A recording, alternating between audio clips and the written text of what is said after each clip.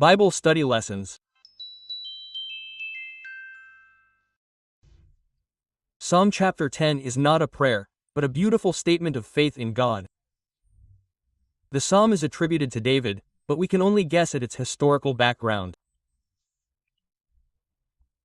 If the author was indeed David, we can assume that the occasion for its writing was a life-threatening situation David found himself in at the court of Saul.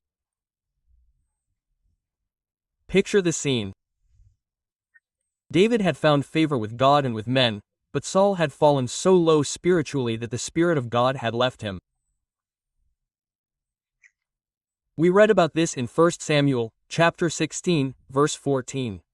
Saul's hatred and jealousy toward David grew so great that Saul decided to kill David. Chapter 19, verse 1 of 1 Samuel. David found himself in a world of betrayal and treachery, where he had to be constantly on guard. He knew that behind any tree or corner there might be a loyal man to Saul with a knife or an arrow aimed at him. Why remain in such a situation? Common sense would make anyone flee. David's friends begged him to flee and seek refuge in some remote place. His response was an expression of his faith in God's care. He saw safety in unwavering loyalty to the Lord. He told his friends that he would stay. Not because he trusted in his own strength, but because he trusted in the strength of God. He showed God in 3 ways that armed him with courage in this trial. David's response shows us how we should think about God as we try to be faithful to Him in difficult situations. Let us read the first 3 verses of this psalm. I have put my trust in the Lord. How then say ye to my soul, flee as a bird to your mountain? For, behold, the wicked bend the bow, they have fitted the arrow to the string, that they may shoot in the darkness at the upright in heart. When the foundations are destroyed, what can the righteous do? David trusted in God as his refuge from the evil powers that surrounded him. His friends counseled him to flee to a place of safety. They said, fly away like a bird. When danger approaches, birds fly away and hide in the green of the trees, in the clefts of the rocks, or in caves, where they can be safe. His friends reminded David that the wicked had already bent their bows and were ready to make an attempt on him secretly, in the darkness, as it is said here. They also said that the foundation, that is, the law and order of their society, was destroyed by Saul's incompetent leadership, and that the righteous could do nothing. In spite of the difficulty of his situation, David viewed it from the standpoint of faith. He believed that he was where God had placed him for some noble purpose. And his loyalty and devotion to God made him do his duty even in the face of dangerous enemies. David was with God, and fleeing to the caves of the mountains would not have brought him any nearer to him. Verses 4 and 5 say, the Lord is in his holy temple, the Lord, whose throne is in the heavens, whose eyes behold, his eyelids test the sons of men. The Lord tests the righteous, but his soul hates the wicked and the one who loves violence. Quote, David depicts God as sitting in his majesty on his throne, watching over the affairs of men. It was not Saul who ruled the people, but God.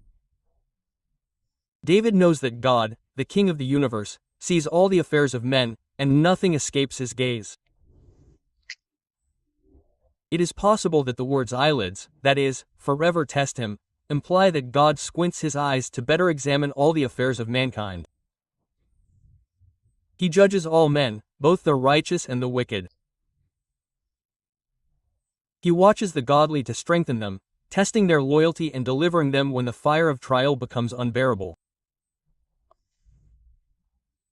He watches the deeds of the wicked to condemn and punish them. In thus examining the sons of men, he sees what he deeply despises: those who love violence. His love for righteousness implies his hatred of evil.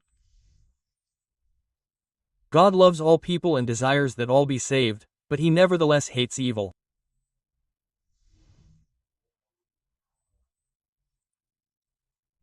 We read about the Lord's love for all people in 2 Peter, chapter 3, verse 9, John chapter 3 verse 16 in 1 Timothy, chapter 2, verse 4. Returning to the 10th Psalm, we read verse 6. He will rain burning coals on the wicked, fire and brimstone, and a scorching wind, their portion of the cup.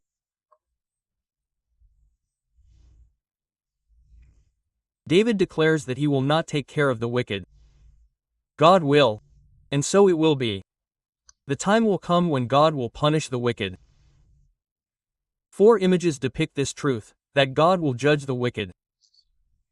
The first of these is burning coals. In due time, the wicked will be punished. Difficulties will rain down on him like a waterfall of fiery lumps. The second image is fire and brimstone. This imagery may have been borrowed from the description of the destruction of Sodom and Gomorrah in Genesis chapter 19 verse 24, which is used throughout the Bible as a figure of judgment. We find it used in Deuteronomy chapter 29 verse 23, Isaiah chapter 30 verse 33, and Ezekiel 38 to 22. David says that the wicked will get what they ask for. The third and fourth images are the scorching wind, which will be their portion or share of the cup.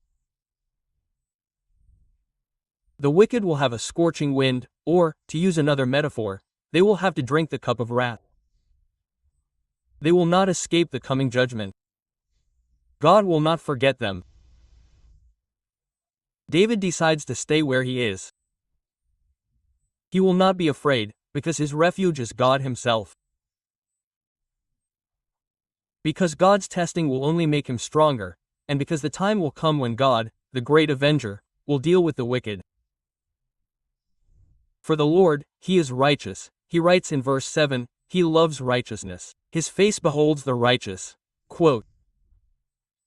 David closes this psalm with words of confidence in the rightness of his decision. He encourages the discouraged warrior with this threefold truth about God. He is righteous, he loves righteousness, and he promises that the righteous will see his face. The greatest blessing for the believer is to see God's face. The greatest gift from God is God himself. His face beholds the righteous may be a figurative expression of an ever-growing sense of fellowship with God. God's presence becomes more distinct as we become more like him in righteous living.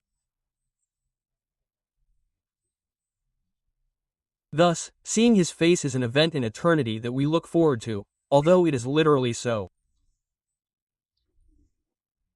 But an ever-expanding experience of this life.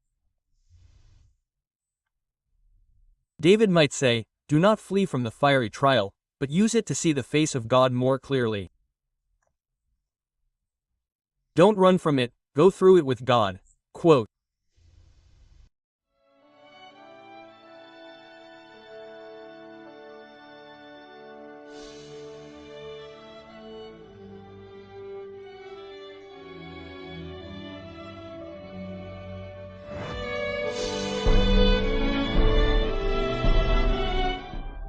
All slides with lessons can be found on the Caply Soto app. New lessons are added there regularly.